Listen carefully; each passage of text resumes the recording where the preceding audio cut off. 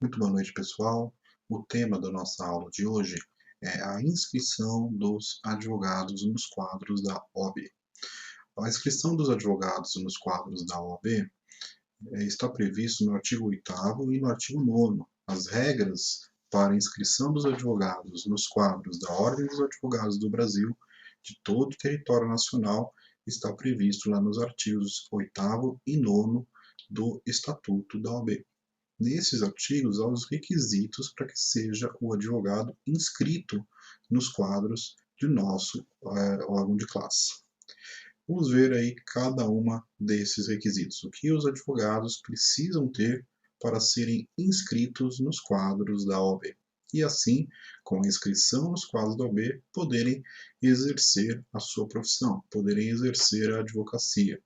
Não basta, já vimos isso em aula, né, que o advogado seja formado no curso superior de direito, né?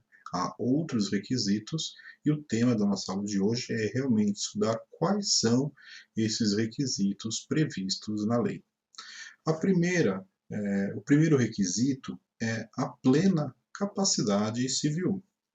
O artigo 8º, inciso 1º, né, do Estatuto da OAB, fala que todos os advogados, para serem inscritos no quadro da OAB, precisam ter capacidade civil, né? Ou seja, sabemos já e vimos na aula de direito civil que a capacidade civil se dá com a maioridade civil, que se dá com 18 anos completos. Isso está lá previsto no artigo 5º do Código Civil, né? Mas há possibilidade, né, da emancipação, né, que é a antecipação da maioridade, né? Então, se a pessoa tiver ser emancipada, ela pode sim completar este primeiro requisito aqui do Estatuto da OAB. Claro, não basta só esse, né? Tem outros requisitos que vamos ver em sequência. Mas para o exercício da advocacia, é necessário que a pessoa, como primeiro requisito, tenha plena capacidade civil, né? A questão da emancipação, né, a título exemplificativo, a gente pode informar que a colação de grau do curso superior, né, pode sim se dar antes dos 18 anos, né? Pode acontecer a,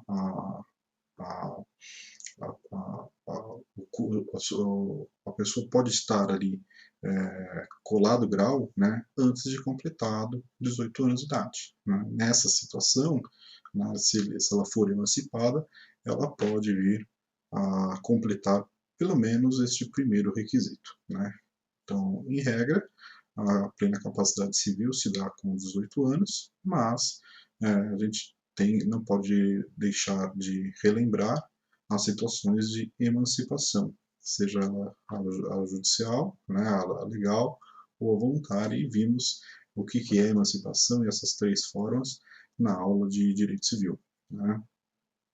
Então, a maioridade, se atingida antes dos 18 anos, né, a pessoa pode vir a ser advogado, desde que complete todos os outros requisitos que vamos ver em seguida. Então, primeiro requisito, capacidade civil. O segundo requisito, que diz o artigo 8º, inciso 2º, é que a pessoa tem que ter o diploma ou certidão de graduação em direito, obtido em instituição de ensino oficialmente autorizada e credenciada. Essa oficialmente autorizada e credenciada é pelo Ministério da Educação, tá? Então, a comprovação de graduação no curso de Direito deve ser determinada através do diploma, né? Então, ou seja, como é que o advogado que está ali querendo se inscrever nos quadros da OAB, né, o bacharel em Direito que quer se inscrever nos quadros da OAB, como é que ele comprova realmente que ele é formado, né? A princípio com o diploma, mas a legislação ela prevê a possibilidade de uma simples certidão de graduação, que é a certidão de colação de grau, né? Não necessariamente precisa do diploma, porque assim que a gente termina o curso superior de direito, né, o nosso diploma ele é expedido pelo Ministério da Educação, né? Ele tem que ser chancelado, carimbado pelo Ministério da Educação. E esse procedimento demora um certo tempo, às vezes meses, né? Então, para não haver prejuízo ali ao bacharel em Direito que quer se inscrever nos quadros da OAB, a lei permite, ao invés de ser apresentado o diploma, ele pode apresentar a certidão de graduação, que é a certidão de colação de grau, ou um ou outro. É por isso que a lei fala se diploma ou certidão de graduação. Tá? O terceiro requisito que é obrigatório para a inscrição na OAB é que todo advogado deve apresentar o título de eleitor e a quitação do serviço militar se brasileiro. Obviamente, né, o título de eleitor, né, e também a quitação das obrigações eleitorais, né, há a possibilidade de expedição, né, pela internet mesmo, a certidão de quitação de obrigações eleitorais e a quitação do serviço militar para os homens, para os bacharéis de direito homens, né, ele deve comprovar que ele já está dispensado ou está quite com o serviço militar. Né?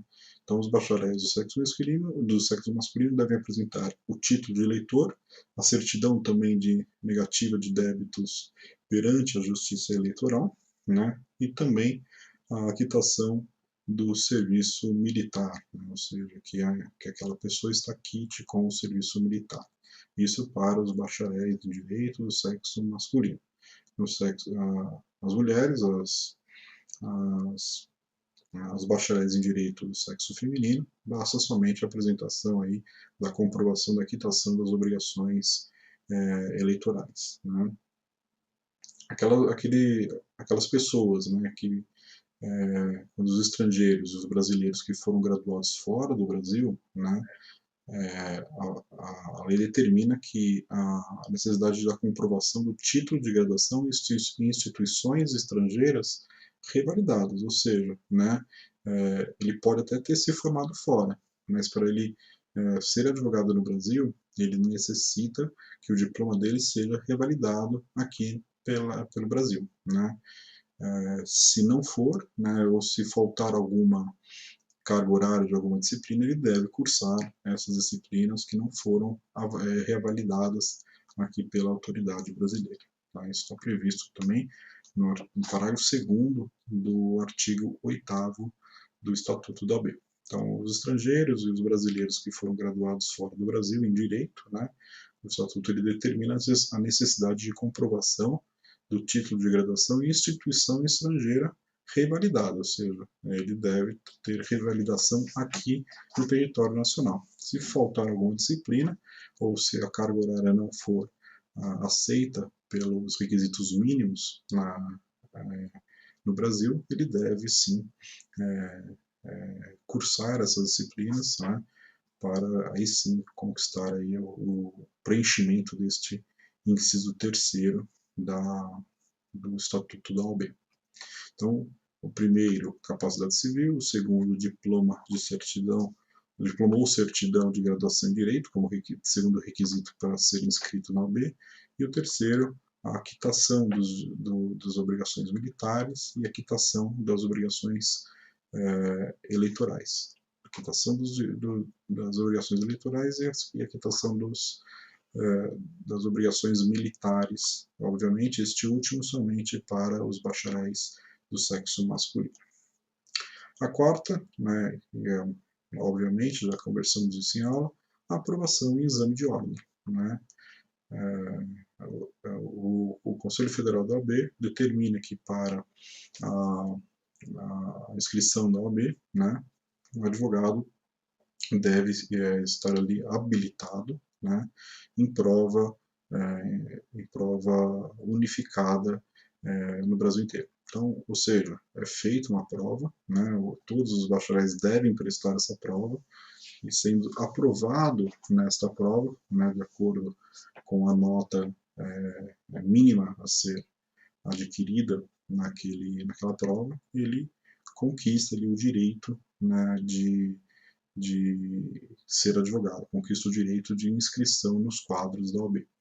Né? Então, o quarto requisito é a aprovação no exame de ordem. Ele deve ser aprovado no exame de ordem para conquistar o direito ali à inscrição nos quadros da OAB. Então, além dos 3 anteriores que vimos, o quarto requisito é a aprovação do exame de ordem. E há vários exames de ordem sendo realizados por ano, né? Então, assim que aprovado o bacharel, ele conquista aí o direito de ser inscrito nos quadros da OAB. O quinto requisito, ele não pode exercer uma atividade incompatível com a advocacia, né? Ou seja, se a atividade exercida pelo advogado, né, caracteriza como proibição total o exercício da advocacia, como, por exemplo, o exercício de um cargo público, né, ou um cargo eletivo, né, como presidente, como ministro, né. Atualmente, houve o ex-ministro da Justiça, Sérgio Moro. Ele, durante o período que ele foi ministro, ele não podia exercer a advocacia, né? Ele não podia ser advogado. Em que pese ele era juiz antes, mas ele não pode exercer a advocacia durante ali o seu cargo exercido como ministro da Justiça, né? E até o Conselho de Ética recentemente falou que ele só vai poder advogar depois de cumprido um certo período, né? Então, ele vai ter que cumprir um período aí de 6 meses para poder vir a retornar à advocacia, né? Então, as pessoas que exercem cargos públicos, né, cargos eletivos, principalmente, como prefeito, presidente, governador, eles estão impedidos de exercer a advocacia, né? Assim como o juiz também, né? O juiz não pode exercer a advocacia, né? Então, se ele passou no concurso para juiz, para promotor, ele não pode exercer ali a advocacia concomitantemente ao exercício da advocacia. Então, obviamente, ele não pode estar inscrito na OAB sendo juiz, ele não pode estar inscrito na OAB sendo ministro, e assim por diante. Tá? O sexto requisito é a idoneidade moral, né? O que é idoneidade moral? Idoneidade moral, a doutrina classifica a idoneidade moral como todas as qualidades que recomendam o indivíduo à consideração pública, como requisitos como honra, respeitabilidade, seriedade, dignidade e bons costumes. Se o advogado não tem, né, ou cometeu alguma situação que ele tornou uma pessoa sem honra, sem respeito, né, sem dignidade, né, como, por exemplo, acabou cometendo um crime, né, se envolveu em algum ato ilícito que o tornou aquela pessoa inidônea, né, sem idoneidade moral, ele não pode ser inscrito nos quadros da OAB. Né? Então, aliás, né, a prática de qualquer ato que torna a pessoa inidônea, né, ou seja, sem idoneidade moral, é considerada até infração ética, né, previsto lá no artigo 34 do Estatuto da OAB. Né? A situação, né, de inidoneidade moral, é causa até de exclusão do advogado. Então, se um advogado está inscrito na OAB, ele comete algum ato que torne essa pessoa inidônea, né, moralmente, né, ou seja, sem atributos de honra, respeitabilidade, seriedade, dignidade, né, ou seja, ele cometeu um delito, né, ele pode ser até excluído dos quadros da OAB. Então, a idoneidade moral é o sexto requisito, é requisito para ser inscrito na OAB. Se ele não tem essa idoneidade moral, né, ele não pode estar inscrito nos quadros da OAB. E o sétimo e último requisito, né, de todos os advogados, assim que completado todos os requisitos anteriores, ele deve prestar compromisso perante o seu conselho, perante o Conselho da Ordem dos Advogados do Brasil. Esse ato é personalíssimo, não posso mandar um procurador, o bacharel não pode mandar um procurador até o seu juramento, né? Então, no momento que ele é aprovado no exame de ordem, entrega a documentação toda para a OAB, para o seu conselho, né, como o termo de aprovação do exame de ordem, né, título de eleitor, a quitação do serviço militar, o diploma ou certidão de formação de grau, né, comprovou a capacidade civil, vai ter que comprovar todos esses requisitos anteriores com documentos. Feito isso, ele já é advogado? Não. Falta esse último documento aqui, que é o prestar o compromisso perante o Conselho.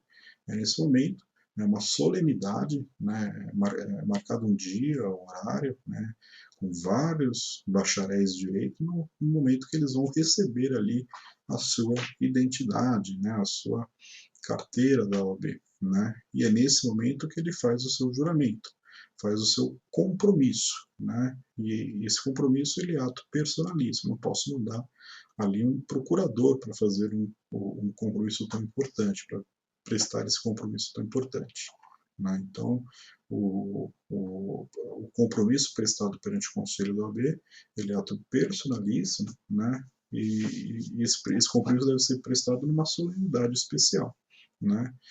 Na qual nesse dia é feito um juramento de que o bacharel, futuro advogado, vai sempre honrar ali a Constituição Federal, né, honrar o Código de Ética, né, sempre buscar a justiça e a verdade.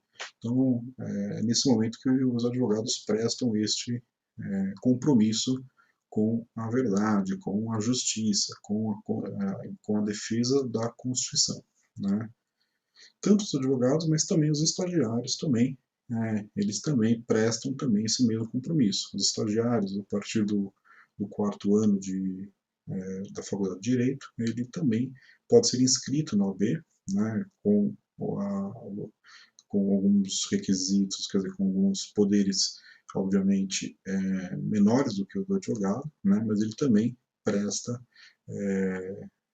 ele presta ali o compromisso, ele deve prestar o compromisso perante a Ordem dos Advogados do Brasil. Então, os estagiários, assim como os advogados, né, para ser inscrito no quadro da OAB, ele também, estagiário, deve honrar ali com o compromisso perante o seu conselho. Né? O artigo 8º, o artigo 9º até do Estatuto da OAB, ele requer quase todos os mesmos requisitos para o advogado, também para o estagiário. Obviamente, não vai ser requisito para o estagiário a apresentação de diploma, porque ele ainda não se formou, e nem a aprovação do exame de ordem, porque ele ainda não está no momento de ele prestar o exame de ordem, e ele não está no momento ali de apresentar o seu diploma, porque ele ainda não se formou. Todos os outros requisitos o estagiário também deve comprovar, né, para ser inscrito na OAB.